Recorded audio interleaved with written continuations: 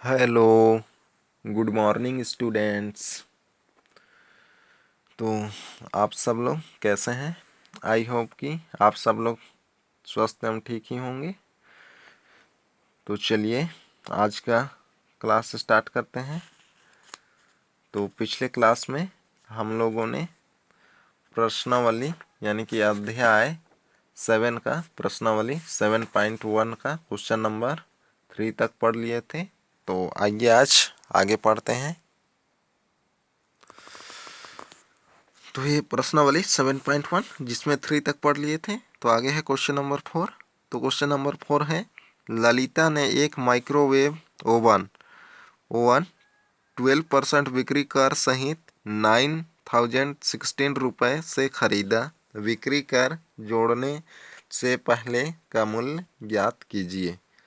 तो यहाँ पर क्या बोल रहा है, ललिता ने एक माइक्रोवेव 12% बिक्री कर सहित, तो बिक्री कर सहित कितना, बिक्री कर 12% है तो बिक्री कर सहित 916 रुपये में खरीदा। तो बिक्री कर जोड़ने से पहले उसका मूल्य ज्ञात करना है। तो बट्टा या बिक्री कर या परसेंटेज हमेशा किस पर ज्ञात करते हैं, प्रति 100 पर ज्ञात करते हैं, यानी कि प्रति सैकड़ा पर। तो यहाँ पर भी निकालना पड़ेगा प्रति सैकड़ा पर ही। बिक्री कर कितना दिया गया है, ये सॉरी प्रति सैकड़ा पर बिक्री कर कितना दिया है, 12%। और बिक्री कर सहित कितने में खरीदा है, इतने 9,016 रुपये में खरीदी है। तो बिक्री कर जोड़ने से पहले जब, यानी कि जब बिक्री कर मूल्य नहीं लगाया गया था तब उसका मूल्य कितना था, ये सॉरी उसका मूल्य ज्ञात करना है, यानी कि जब बिक्री कर नहीं लगाया गया है तब की स्थिति में। ये क्या है, बिक्री कर लगाया गया है उस स्थिति में मूल्य है। तो आइए ज्ञात करते हैं हल नंबर 4। तो माइक्रोवेव ओवन पर वैट यानी कि कर कितना है, बिक्री कर माइक्रोवेव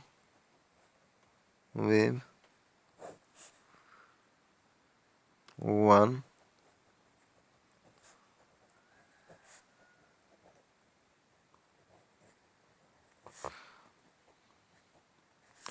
बिक्री कर कितना है, 12% है। अर्थात क्या है, अर्थात यदि, यानी कि 100 रुपये में कितना बिक्री कर जोड़ दिया गया है, 12%, यानी कि 12 रुपये जोड़ा गया है, 12 रुपये। तो परसेंटेज हमेशा या कर या छूट हमेशा प्रति 100 पर चलता है। तो यदि वैट सहित यानी कि बिक्री कर सहित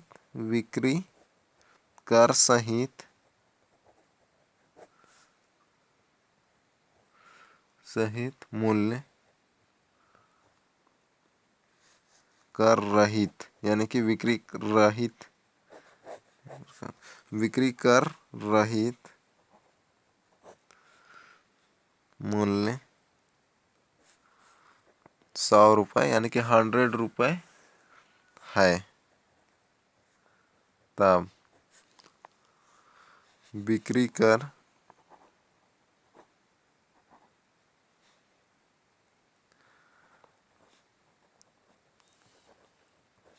सहित मूल्य कितना हो जाएगा, 112 रुपये होगा।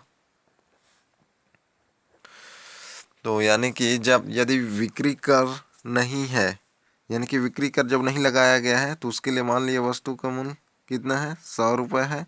जब बिक्री कर 12% लगाया गया है तो उसका मूल्य कितना हो जाएगा, कर सहित 12 जुड़ जाएगा, यानी कि 112 रुपये हो जाएगा। तो चूंकि 112 रुपये बिक्री कर सहित मूल्य कितना है, 112 रुपये, ये सॉरी कर सहित होने, चूंकि 112 रुपये बिक्री कर सहित मूल्य होने पर पहले का मूल्य होने पर पहले का मूल्य इज इक्वल टू 100 रुपये है। क्या है, जब ₹12 बिक्री कर सहित है किसी वस्तु का मूल्य, सॉरी 112 रुपये है किसी वस्तु का मूल्य कब बिक्री कर सहित, तब पहले का मूल्य कितना है 100 रुपये है।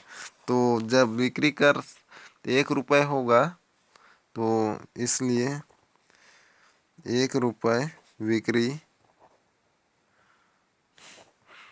कर सहित मूल्य होने पर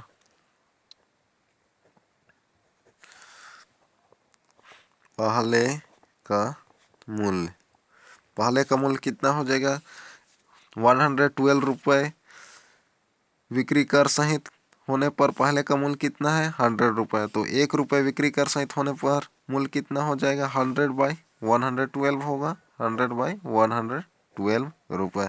तो हम लोग को कितना ज्ञात करना है, कितने रुपए का दिया था 916, ये सॉरी 9016, तो इसलिए क्या हो जाएगा 9016 रुपये बिक्री कर सहित मूल्य होने पर पहले का मूल्य, पहले का मूल्य इज इक्वल टू क्या हो जाएगा, मल्टीप्लाई कर देंगे इसमें, तो 100/112 मल्टीप्लाई 9016 ये हो जाएगा। और जब इसको सरल कर देंगे यानी कि घटा देंगे तो कितना हो जाएगा, घटा देंगे तो 850 रुपये, ये हो जाएगा आंसर। तो इसको सरल करेंगे तो इतना आएगा। तो ये इस तरीके से बनाना है, बन जाएगा। तो आइए अब आगे देखते हैं अगला क्वेश्चन। तो आगे है अगला क्वेश्चन, क्वेश्चन नंबर 5। तो एक आटा चक्की का मूल्य, एक आटा चक्की का मूल्य कितना है 1,30,000 यानी कि 1,30,000 रुपये है। इस पर 7% की दर से बिक्री कर वसूला जाता है। तो कितना परसेंट बिक्री कर लिया जा रहा है 7%। यदि श्वेता इस आटा चक्की को खरीदती है तो उसके द्वारा भुगतान की जाने वाली राशि ज्ञात कीजिए। तो एक आटा चक्की है जिसका मूल्य कितना है 1,30,000 है। इस पर बिक्री कर की दर 7% लगाया जाता है, किस पर, इस पर 1,30,000 पर। तो श्वेता आटा चक्की को खरीदती है तो उसके द्वारा भुगतान की जाने वाली राशि ज्ञात कीजिए। तो यहाँ क्या हो जाएगा, बिक्री कर निकालना पड़ेगा और बिक्री के कर को भी 1,30,000 में प्लस कर देंगे तो उसका वास्तविक मूल्य ज्ञात हो जाएगा। तो बिक्री कर लगाया जाता है किस पर, इस पर। तो इसका, तो ये तो मूल्य है, इस पर बिक्री कर लगा देंगे इतना, फिर जितना कर आएगा उसको क्या कर देंगे इसमें प्लस कर देंगे, तो उतने रुपए में वह भुगतान करेगी या आटा चक्की को खरीदेगी। तो इसमें क्या निकाल लेंगे आप लोग, 1,30,000 का 7% बिक्री कर निकालेंगे तो बिक्री कर ज्ञात करने आ जाएगा 1,30,000 का 7%, तो वो बिक्री कर हो जाएगा। फिर वास्तविक मूल्य ज्ञात करने के लिए क्या कर देंगे, इसमें प्लस कर देंगे जितना भी बिक्री कर ज्ञात होगा उसको। तो ये बनाएंगे आप लोग। तो आगे देखते हैं क्वेश्चन नंबर 6। क्वेश्चन नंबर 6 है, एक मशीन 8% बट्टे पर 1748 यानी कि 1748 रुपये में बेची जाती है। मशीन का अंकित मूल्य ज्ञात कीजिए। तो यहाँ पर क्या ज्ञात करना है, अंकित मूल्य। तो कितने परसेंट बट्टा पर बेचा जाता है, 8% जब बट्टा दिया जाता है तो कितना में बेचा जाता है 1748 रुपये में बेचा जाता है। कब, 8% बट्टा दिया जाता है तब की स्थिति में। तो यहाँ पर क्या ज्ञात करना है, हम लोग को अंकित मूल्य ज्ञात करना है। तो आइए ज्ञात करते हैं। तो हल नंबर 6, हल नंबर 6 है।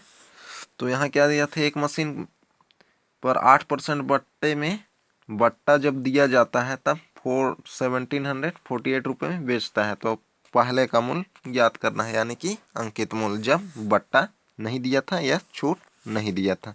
तो ये क्या है, छूट की स्थिति में मूल्य है। तो मान लेते हैं, माना अंकित मूल्य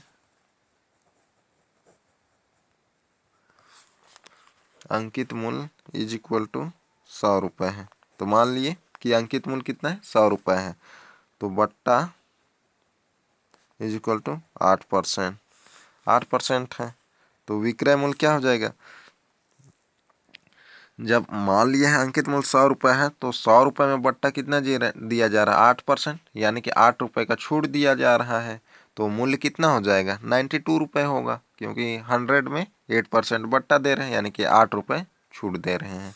तो विक्रय मूल्य क्या हो जाएगा, विक्रय मूल्य इज इक्वल टू क्या हो जाएगा, 100 माइनस 8 इज इक्वल टू 92 रुपये, ये हो जाएगा। तो आता है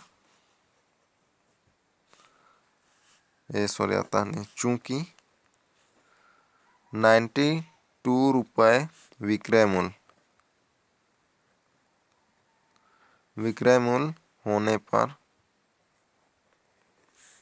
पर अंकित मूल्य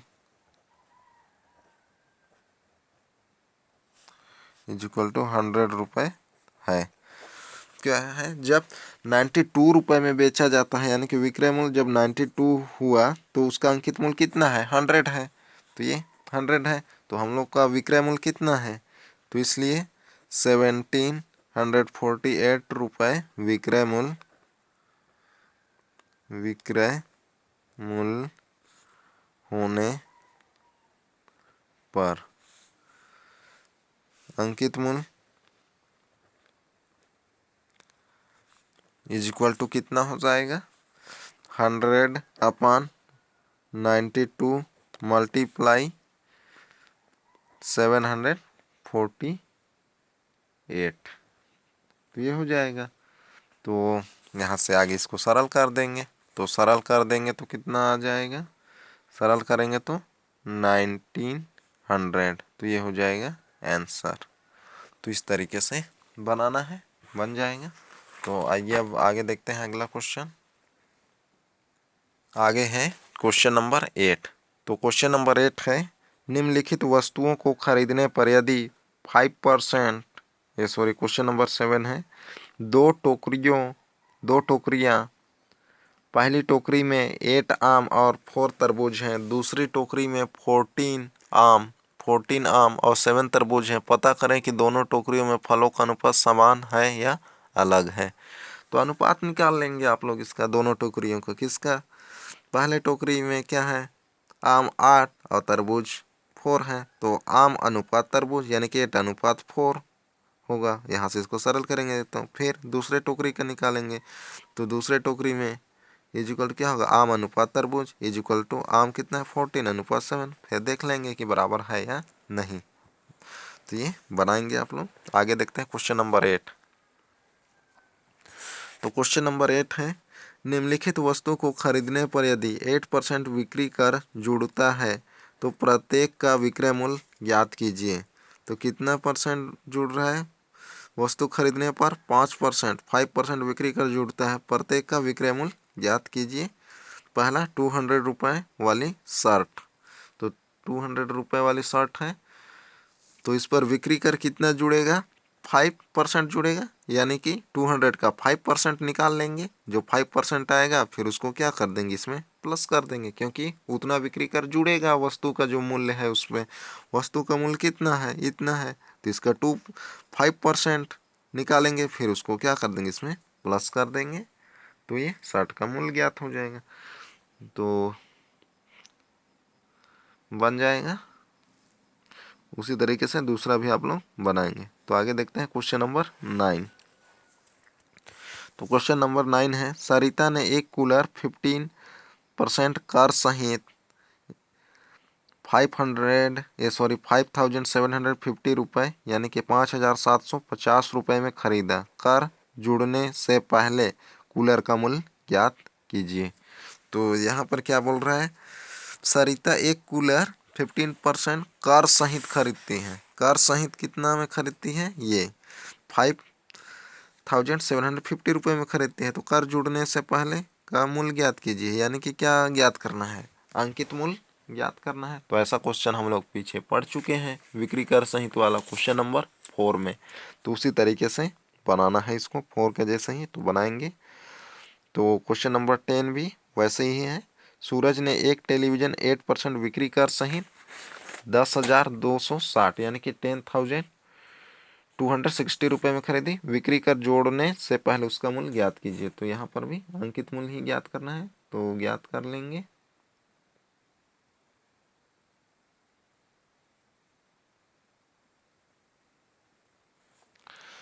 तो आइए देख लेते हैं क्वेश्चन को, क्वेश्चन नंबर 10 को। तो ये क्वेश्चन नंबर 9 और 10 दोनों किसके जैसा है, 4 के जैसा है। तो ये बनाएंगे आप लोग। तो इस तरीके से हम लोग का प्रश्नावली 7.1 कंप्लीट होता है। तो आइए अब आगे देखते हैं।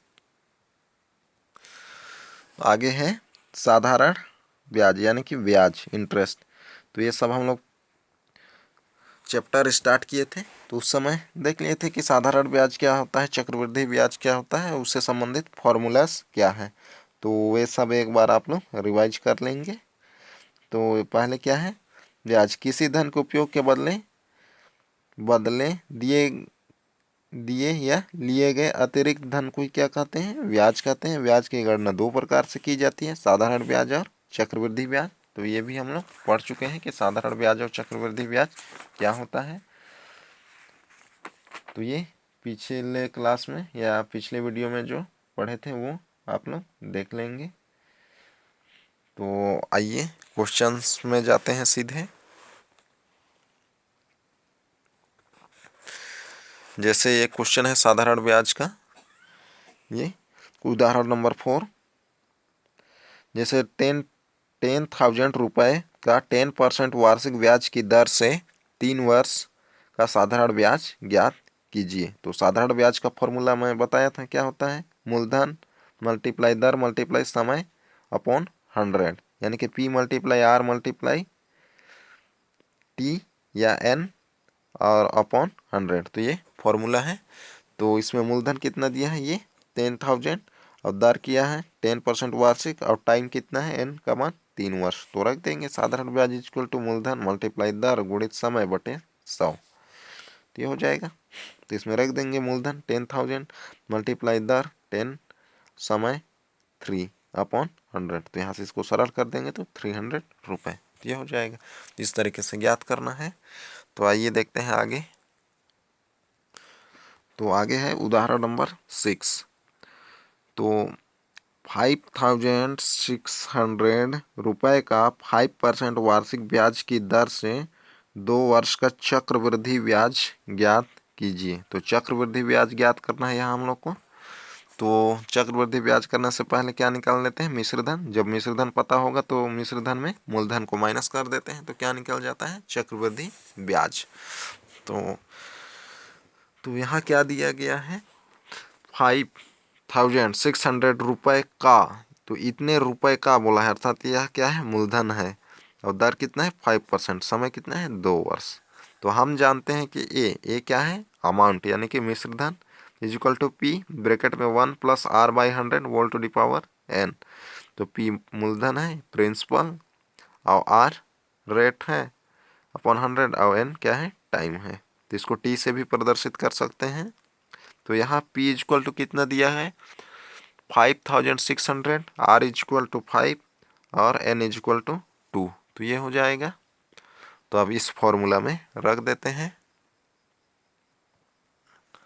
तो ये इस तरीके से रख दिया गया है यहाँ।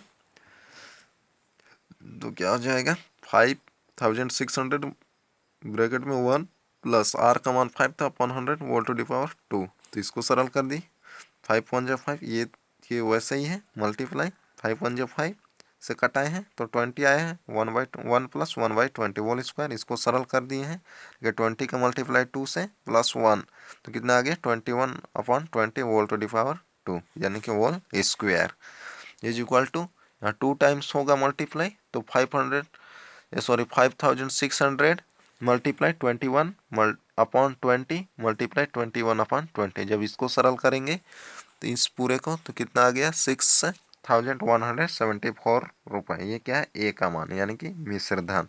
तो चक्रवृद्धि ब्याज बराबर क्या होता है, मिश्र धन माइनस मूलधन। तो यहाँ से मिश्र धन ये इतना रख दिया और मूलधन ये था, माइनस कर देंगे तो आ गया हम लोग का 574 रुपये चक्रवृद्धि ब्याज। तो ये ज्ञात करना है, इस तरीके से ज्ञात कर लेंगे। तो आइए अब आगे देखते हैं। तो बाकी एग्जाम्पल भी आप लोग पढ़ के देख लेंगे। तो आइए प्रश्नावली स्टार्ट करते हैं। तो प्रश्नावली 7.2। तो प्रश्नावली 7.2 जिसमें पहला क्वेश्चन है, निम्नलिखित स्थितियों में चक्रवृद्धि ब्याज एवं मिश्रधन ज्ञात कीजिए।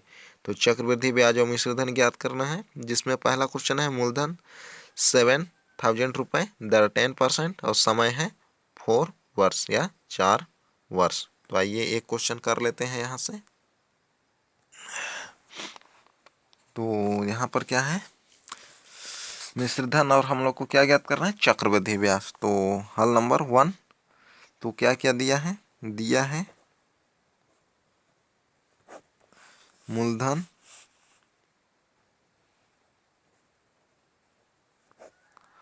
P इज इक्वल टू कितना दिया है, 7,000 रुपये दिया था, और दर R इज इक्वल टू दिया था 10%, वार्षिक दिया था। ये सब भी ध्यान रखना है कि वार्षिक है, अर्धवार्षिक है, तिमाही है, तो ये सब ध्यान रखना है। और जब उस तरीके से दिया रहता है तो ब्याज की गणना किस तरीके से करते हैं ये मैं पिछले वीडियो में आप लोगों को बता चुका हूँ, तो वहाँ से आप लोग देख लेंगे। तो आगे है समय, समय T इज इक्वल टू या N इज इक्वल टू कितना दिया है, 4 वर्ष ये दिया है। तो यहाँ से हम लोग को चक्रवृद्धि ब्याज और मिश्रधन ज्ञात करना है। तो हम जानते हैं कि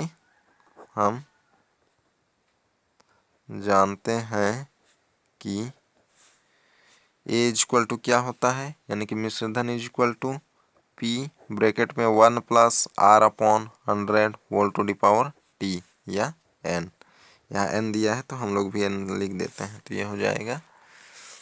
अब इसमें रख देना है, तो इसलिए क्या हो जाएगा, A is equal to P का मान यहाँ से रख देंगे, तो 7,000 फिर कोष्टक में यानी कि ब्रैकेट में 1 प्लस R का मान 10, तो 10 upon 100 whole to the power N का मान 4, तो यहाँ पर 4 इज इक्वल टू 7,000। यहाँ से सरल करेंगे ब्रैकेट वाले को, 0 से 0 कट जाएगा, तो क्या बचा 1 plus 1/10 whole to the power 4, ये हो गया। अब यहाँ से और आगे सरल करते जाएंगे, 10 का मल्टीप्लाई 1 से 10 आएगा, और फिर यहाँ पर मल्टीप्लाई हो जाएगा, तो कितना हो जाएगा, प्लस होगा तो 1, यानी कि 11/10 होल टू द पावर 4। तो 11/10 कितने टाइम्स मल्टीप्लाई होगा, 4 टाइम्स, क्योंकि पावर 4 लगा है। तो 7,000 मल्टीप्लाई 11/10 मल्टीप्लाई 11/10 मल्टीप्लाई 11/10। तो इन सब को सरल कर लेंगे आप लोग। जब इन सब को सरल करेंगे तो कितना हो जाएगा, इन सब को सरल करेंगे तो 10,248.70 रुपये आएगा। तो ये हल कर लेंगे आप लोग इसको। तो ये हो गया मिश्रधन, तो ये ज्ञात हो गया। तो इसलिए चक्रवृद्धि ब्याज, चक्र ये एक आंसर हो जाएगा। तो चक्रवृद्धि ब्याज ये दूसरा आंसर होगा। चक्रवृद्धि ब्याज बराबर क्या होता है, मिश्रधन माइनस मूलधन। मिश्रधन पता हो गया है जी, इसमें रख देंगे,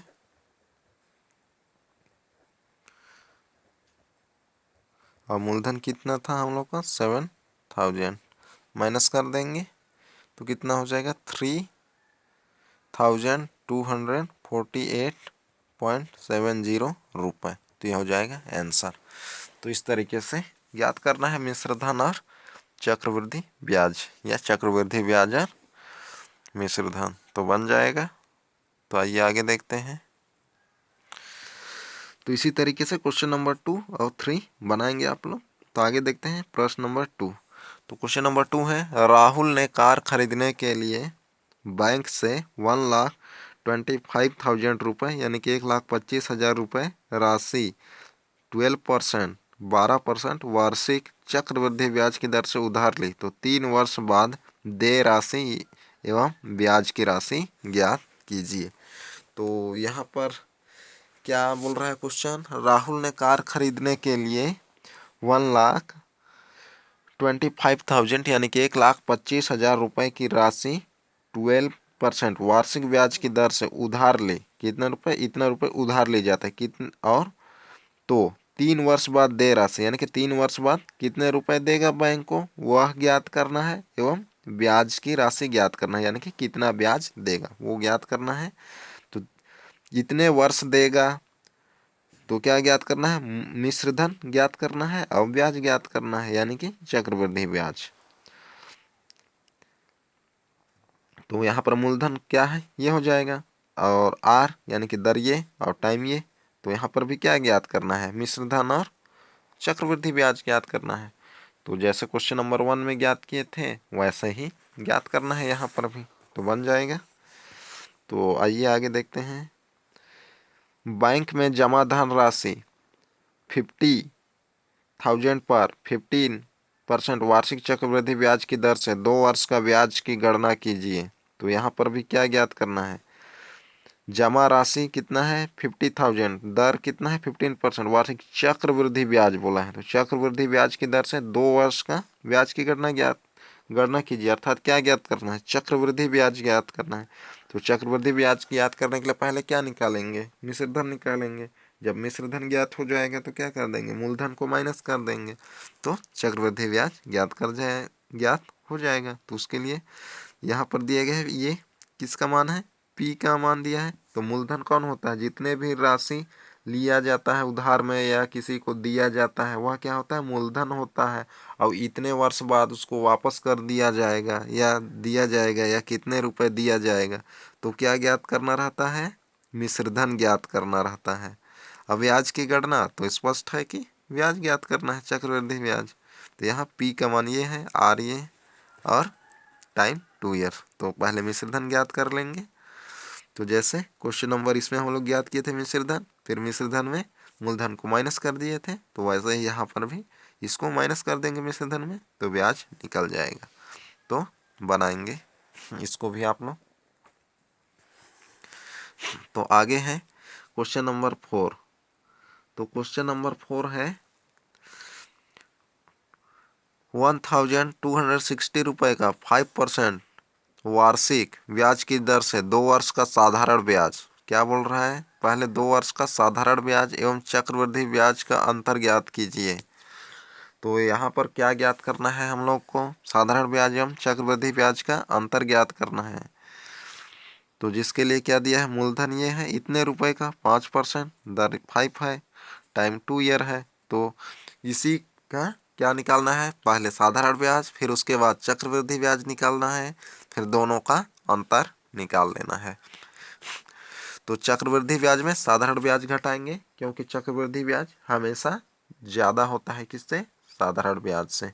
तो चक्रवृद्धि ब्याज में साधारण ब्याज को घटाएंगे। तो इसके लिए क्या लिखेंगे, दिया है मूलधन ये, आर इसको दर ये लिखेंगे, और समय 2 वर्ष। तो इसलिए साधारण ब्याज का फॉर्मूला लगा देंगे। साधारण ब्याज इज इक्वल टू क्या होता है, मूलधन गुणित दर गुणित समय बटे 100। तो वहाँ साधारण ब्याज निकलेगा। फिर उसके बाद इसी मूलधन दर और समय का ही क्या निकालेंगे, चक्रवृद्धि ब्याज। तो चक्रवृद्धि ब्याज ज्ञात करने आ जाएगा। तो सबसे पहले क्या निकालेंगे, मिश्रधन। जब मिश्रधन ज्ञात होगा तो क्या हो जाएगा, मिश्रधन ज्ञात हो जाएगा। उसके बाद जो ये मूलधन है इसको घटाएंगे तो चक्रवृद्धि ब्याज निकलेगा। अब क्या हो गया, साधारण ब्याज तो पहले ज्ञात कर चुके हैं, अब चक्रवृद्धि ब्याज भी पता हो गया है, तो इसलिए क्या हो जाएगा, तो अब उसके बाद निकाल लेंगे। इसलिए चक्रवृद्धि ब्याज माइनस साधारण ब्याज इज इक्वल टू जो जो निकले रहेगा चक्रवृद्धि ब्याज और साधारण ब्याज, तो उसको रख देंगे और आगे सरल कर देंगे। तो वहाँ से आगे ज्ञात हो जाएगा, तो बन जाएगा। तो क्वेश्चन नंबर 5 भी वैसे ही है, तो बनाएंगे। तो आज का होमवर्क क्या रहेगा देख लेते हैं आप लोगों का। तो आप लोगों का होमवर्क में रहेगा आज, तो एक होमवर्क तो यही रहेगा, ये क्वेश्चन नंबर 4। तो क्वेश्चन नंबर 4 होमवर्क है 7.2 का, तो ये बनाएंगे। और एक होमवर्क रहेगा यही से, यानी कि 7.2 से होमवर्क में रहेगा आप लोगों का। पहला होमवर्क रहेगा क्वेश्चन नंबर 1 का 2, और दूसरा जो होमवर्क रहेगा ये रहेगा क्वेश्चन नंबर 4। तो और 7.1 का बाकी क्वेश्चन जो बचा हुआ है वो बना लेंगे आप लोग। तो आज का क्लास यही तक, अगले क्लास में फिर मिलते हैं। Okay, bye.